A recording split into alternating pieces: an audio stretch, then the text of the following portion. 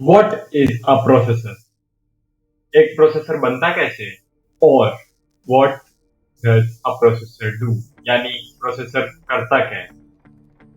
ये सवाल सबके मन में आता है जो भी पहली बार एक लैपटॉप, पीसी या फिर मोबाइल लेने जा रहे हैं। आप चिंता मत करिए, इस वीडियो में आपके इन सारे सवालों के जवाब आपको मिल जाएंगे। एक मिनट, मेरी आवाज को क्या हुआ? अच्छा, आवाज वाला ऊपर बैठा है। रश्का आप रुकिए। रश्का।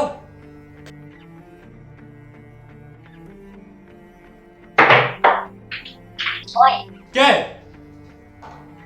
वीडियो में आवाज कौन देगा? मैं ही दूंगा। तो फिर कब देगा?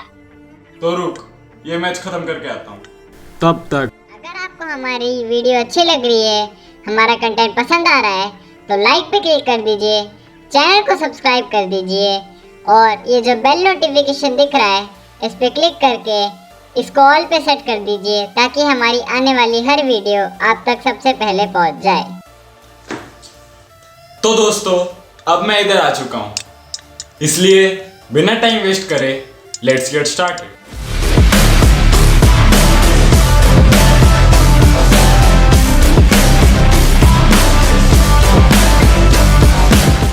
सबसे पहले आप मुझे एक चीज़ बताइए, अगर मैं आपको 12 GB रैम दे दूं, 256 GB मेमोरी दे दूं, आपको एक 120 हर्ट्ज़ का 2K डिस्प्ले दे दूं और आपको एक 6000 mAh की बैटरी दे दूं, इन सब चीज़ों को मिलाएं और एक फ़ोन बनाएं और वो फ़ोन आपको दिया जाए, तो क्या वो फ़ोन चलेगा? कभी भी नहीं। लेकिन अगर इन चारों चीज़ों के साथ बस एक चीज़ यानी एक फ्लैगशिप प्रोसेसर ऐड कर दिया जाए, तो इन सबको मिलाने पर एक फ़ोन बनेगा जो न सिर्फ चलेगा बल्कि दौड़ेगा। क्यों? क्योंकि इसमें एक फ्लैगशिप प्रोसेसर है। इससे आपको एक प्रोसेसर की अहमियत समझ आ गई होगी। एक भी मोबाइल, एक भी कंप्यूटर या एक भी लैपटॉप प्रोसेसर के बिना चल ही नहीं सकता। ये ऐसा इसलिए क्योंकि कंप्यूटर, लैपटॉप और फ़ोन इन सबको चलाने के लिए सिर्फ और सिर्फ एक प्रोसेसर की ज़रूरत होती है। इससे आपको अंदाज़ा लग गया होगा कि एक प्रोसेसर कितना ज़रूरी है।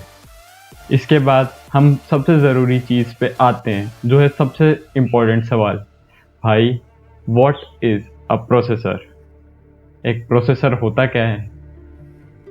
अब सीधे शब्दों में कहें, आपको नाम से ही पता चल रहा है, प्रोसेसर यानी जो डेटा को प्रोसेस करता है। एक ऐसा डिवाइस या ऐसी चिप जो डेटा को लेगा, उसे प्रोसेस करेगा और उसे वापस दिखाएगा एक फिनिश्ड फॉर्म में, जिसे हम कहते हैं प्रोसेसर। अब प्रोसेसर के भी कई टाइप होते हैं, जैसे मोबाइल प्रोसेसर, डेस्कटॉप प्रोसेसर और वर्कस्टेशन प्रोसेसर। ये अलग अलग टाइप के प्रोसेसर हैं, लेकिन इनमें कुछ चीज़ें ऐसी हैं जो सब में कॉमन होती है, जैसे CPU और GPU यानी सेंट्रल प्रोसेसिंग यूनिट और ग्राफिक्स प्रोसेसिंग यूनिट। ये दो चीज़ें आपको लगभग हर एक प्रोसेसर में देखने को मिल जाती हैं। इन दो मेन कंपोनेंट्स के अलावा किसी डिवाइस में या किसी फ़ोन में आपको ISP यूनिट देखने को मिल जाएगी, आपको मशीन लर्निंग यूनिट्स देखने को मिल जाएगी, आपको न्यूरल कोर यूनिट्स मिल जाएगी। तो ये चीज़ें आती हैं अलग से सेंट्रल प्रोसेसिंग यूनिट और ग्राफिक्स प्रोसेसिंग यूनिट के अलावा।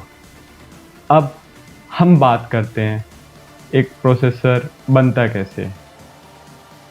अब एक प्रोसेसर के बनने की प्रक्रिया बहुत ही ज़्यादा कॉम्प्लिकेटेड या जटिल होती है। प्रोसेसर बनने में बहुत ज़्यादा हाई लेवल मशीनरी का इस्तेमाल होता है और ये बनते हैं बहुत ही ज़्यादा छोटे छोटे ट्रांजिस्टर से। अब एक ट्रांजिस्टर क्या होता है? रुकिए, मैं आपको बताता हूँ। अब हम बात करते हैं ट्रांजिस्टर के बारे में।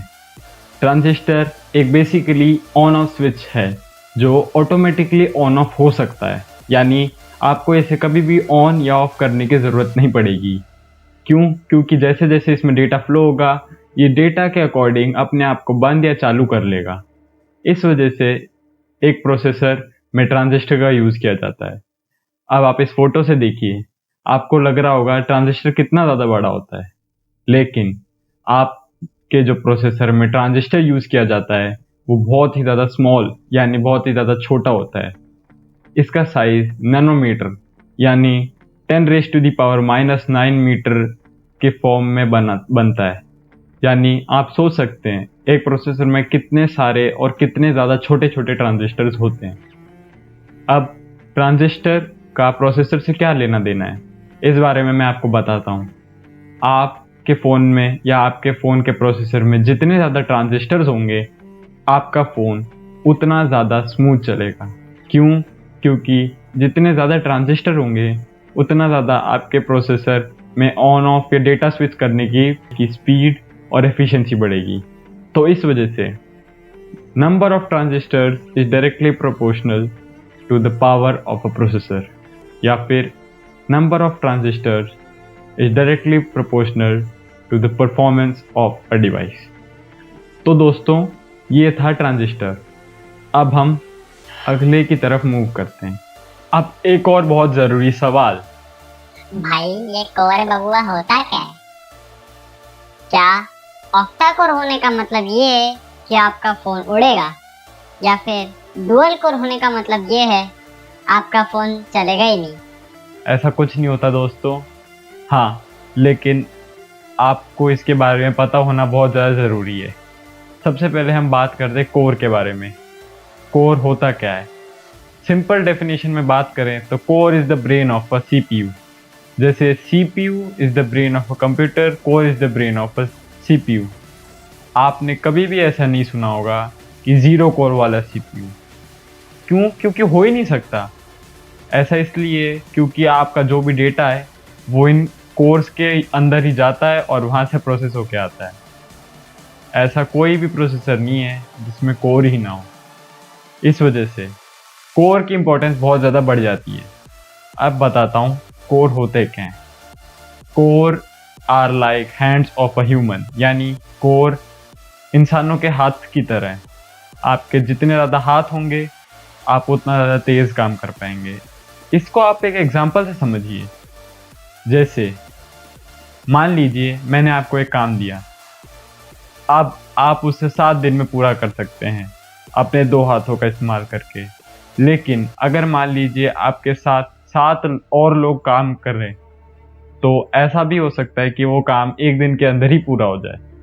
तो आप समझ सकते हैं इस एग्जांपल से कि कोर काम कैसे करता है। जितने ज़्यादा हाथ उतना ज़्यादा तेज़ काम, उतनी ज़्यादा फ़ोन की स्पीड ज़्यादा, और उतना ज़्यादा आपका फ़ोन अच्छा चलेगा। तो इससे आपको कोर का मतलब, कोर का काम और कोर के फ़ायदे समझ आ गए होंगे। तो दोस्तों, ये थी प्रोसेसर और उसके कंपोनेंट्स के बारे में कुछ बातें। अगली वीडियो के लिए आप रुकिए, उसमें मैं आपको बताऊंगा ये gigahertz, megahertz, nanometre technology, architecture, ये सब प्रोसेसर में होता क्या है। क्योंकि अगर आपने इन्हें नहीं समझा तो आपका फ़ोन लेना या फिर आपका एक कंप्यूटर लेना आपके लिए एक व्यर्थ काम भी हो सकता है। अगली वीडियो तक रुकिए, आपको इस बारे में सब पता चल जाएगा। तब तक के लिए अगर आप कीबोर्ड शॉर्टकट्स के बारे में जानना चाहते हैं तो इस लेफ्ट वाली वीडियो पे क्लिक कीजिए, और अगर आप मेरी पूरी प्लेलिस्ट देखना चाहते हैं ऑन हाउ टू, इस राइट वाले थंबनेल पर क्लिक कीजिए। नहीं तो हमारे चैनल को सब्सक्राइब करिए। तो दोस्तों, अगली वीडियो में आपसे मिलते हैं कुछ और नए और एक्साइटिंग कंटेंट के साथ।